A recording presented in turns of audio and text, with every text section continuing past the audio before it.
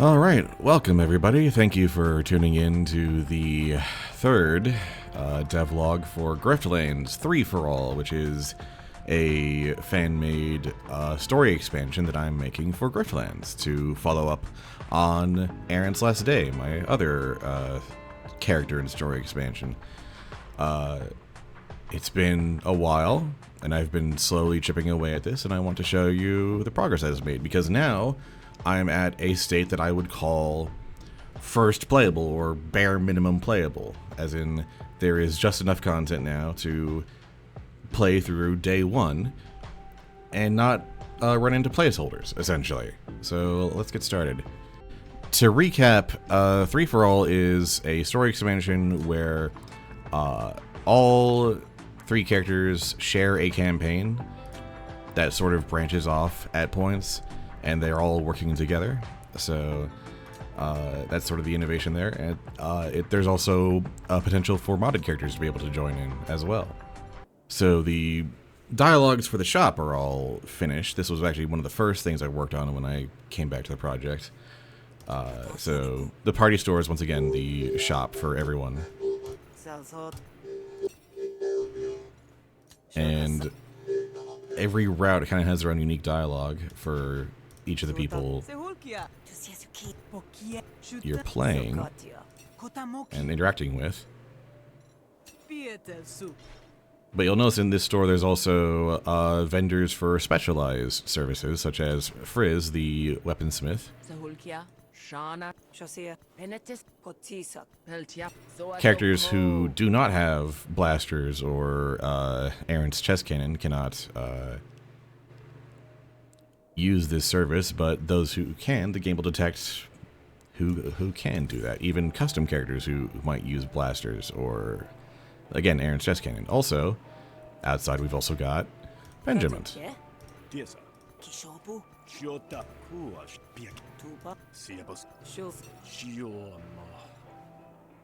Rook, or any character that, for whatever reason, uses the lucky coin mechanic, can trade for coins.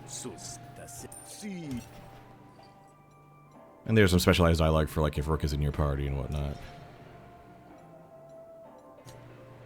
So yeah, there's the shops are in a very extensive state now. Side quests. There are now 5 side quests in Sweet Marif's Day 1 and Day 2 pool. And out of a total of 25 planned. Why so many, you might ask? Well, because, think about it. This is a campaign that I'm obligating you to play through at least 3 times. So I want to make sure that there's enough new content each time you play that, you know, you'll see different quests and experience something new on each playthrough. And only start seeing repeats around playthroughs 4 onward.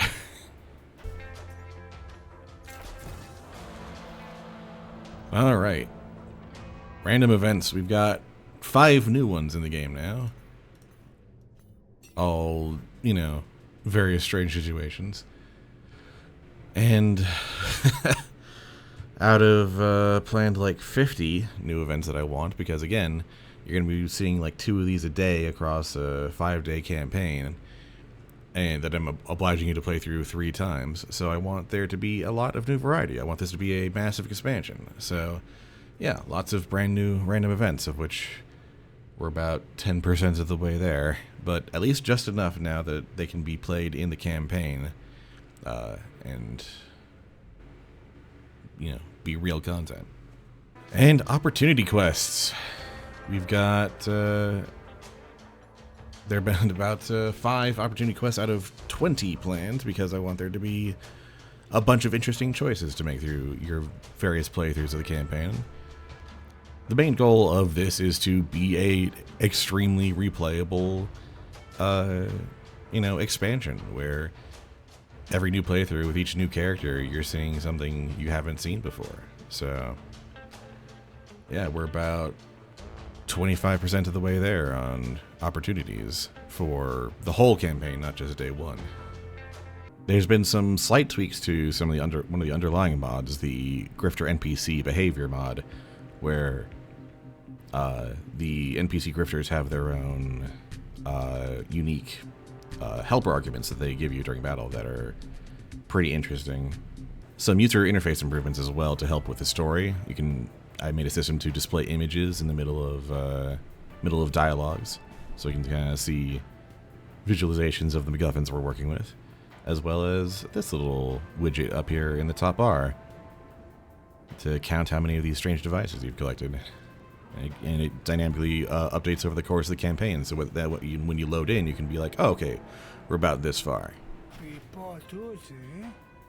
There is now an extensive system to interact with your grifter party members, both to share a drink with them, make them like you, but also just chat about topics that come up during the campaign. And topics dynamically unlock over the course of the campaign. Big thing that got done during this session at one point was animated intros for the campaigns. Basically ripping from the cinematic early access trailer, because that is sort of the basis of the premise of this. And it looks great in game, but it took a lot of work to basically cut and convert this into the Og Vorbis sort of format to make this work without ending up with any sort of weird artifacts. Whole process there. But yeah, it looks great, and it sets up the sort of premise very effectively, and I'm really glad this is able to work. So a big problem I've yet to solve right now is that I don't have custom map icons for a lot of the side and opportunity quests.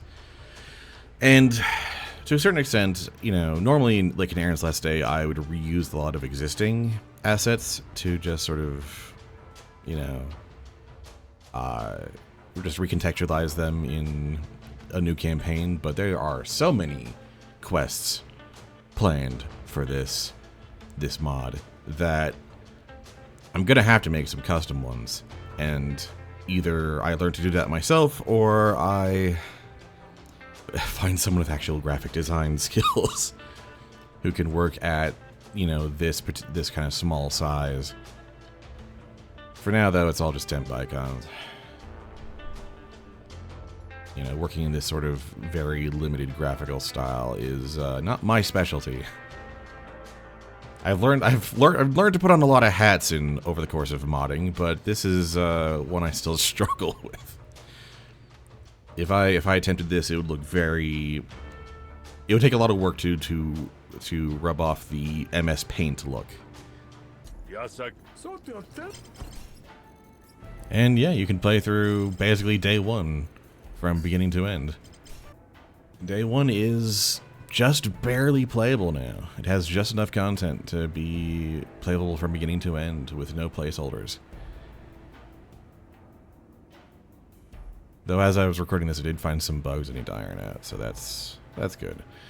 So what's next? What's left to do? Well, basically, now that the main framework's done, now that the shop frameworks are done, now that, the campaign can be now played and tested as though it's a real, game environment. Now what's left is to add the rest of the content, I'm at 5 each on bartender quests, opportunities, and random events. I need to fill all those up to 25, 20, and 50 respectively, and that's just so that everything that could possibly appear in day one is there. Every opportunity, every event, random event, every bartender quest. And then once all of that's in, then I package that as a separate standalone alpha demo and release that on the Steam Workshop as the day one alpha demo of 3-for-All. And then I work on the remaining days 2 through 5, and the related main quests, side quests, and boss fights and whatnot. Oh yes, I need to implement the boss testing brawl as well to test all the new bosses. I'm going to be taking a break for a while, and one of the things I'm going to be contemplating as I take a break and just work on regular writing stuff, you know, fanfic, whatnot, just to kind of cool off and let my brain rest on this, is that I might need help. I might not be able to do this on my own in a reasonable amount of time. I might need help with, like I said, graphic design on a lot of icons. I'm gonna need that because I'm not sure I'm gonna be able to do that on my own. Eventually, when we get around to like the ending slides might need some custom illustrations. I might need an artist for those. I'm not sure yet. I'm not sure if I can just reuse the existing slides or not. And I might need some help with just writing all these quests that I want for this, to make this really full, like really content rich, content excessive really, and replayable, to really breathe a lot of life into the game. And of course I will definitely want testers to go and try and hunt down bugs early. So I might need to assemble a team, which is tough for me because I've got social anxiety up the wall, and I can only kind of work at this a limited amount of time per week because of the energy cost that kind of comes with that. So that's going to be something I'm going to be contemplating and open to after this video comes out. If you are interested in perhaps spending a little bit of time to help out as a writer or an artist, not a tester yet, because this is not really in a shareable state yet, but if you're interested in potentially volunteering some time and effort, you can find me on Blue Sky or Discord. The unofficial Griftlands Discord is a good place to find me. Or even just drop a comment here on YouTube. Generally what I would do is just set up a little private Discord, and we just end up sharing Google Docs at each other to just get this done. But again, I'm not entirely sure if that's the right move for me, because I'm not terribly experienced as a team manager, frankly. Aaron's Last Day was a special thing that kind of came together almost kind of just in spite of me in a couple of ways. But yeah, that's about where we're at now. It's pretty exciting. It's been the product of a lot of very incremental work. You know, kind of like 8 to 12 hours a week, you know, give or take. Just slowly chipping away at it, on the writing, on the coding, on the scripting. Yeah, so far it's just been me. I might be open to bringing more people on, but, you know, there will be considerations for that. There'll be, you know, some trepidation on my part for that. And if you're wondering, has Spud played Slay the Spire 2, and is he interested in making another mod like Grift the Spire for that? I am interested. I would love to be able to port Errant into Slay the Spire 2, but the main hurdle there is going to be animation. I was barely able to learn how to make idols for Slay the Spire 1's grifters, and it's not going to be quite as simple a port as just copying the code, because it's a whole new language and code base. And also I want to wait a fair bit longer for this to be further out of early access, for the community modding resources to be more mature, etc.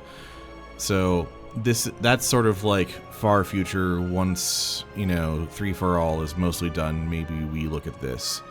But that's as far as I've thought ahead on that. But I have thought of it. Boy, howdy, have I thought of it. Anyway, I think that'll do it for the devlog. Thanks for watching. I'm a little under the weather, so it might not come across, but I am incredibly excited to have gotten this far, and incredibly excited to keep going. So, if you're not already, please consider supporting the Patreon, Spud.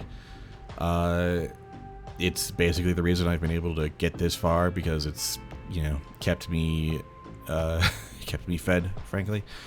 So, yeah, supporting that pretty much directly supports my ability to keep working on these little passion projects. So please do consider. But even if you don't, thanks for stopping by. Do appreciate the attention, if nothing else. Goodness knows I've been quietly chipping away at this for a long time, and I am eager to talk about it with just about anybody at this point, so. To the point where I'm having trouble ending this video. Okay, we're stopping now. We're done.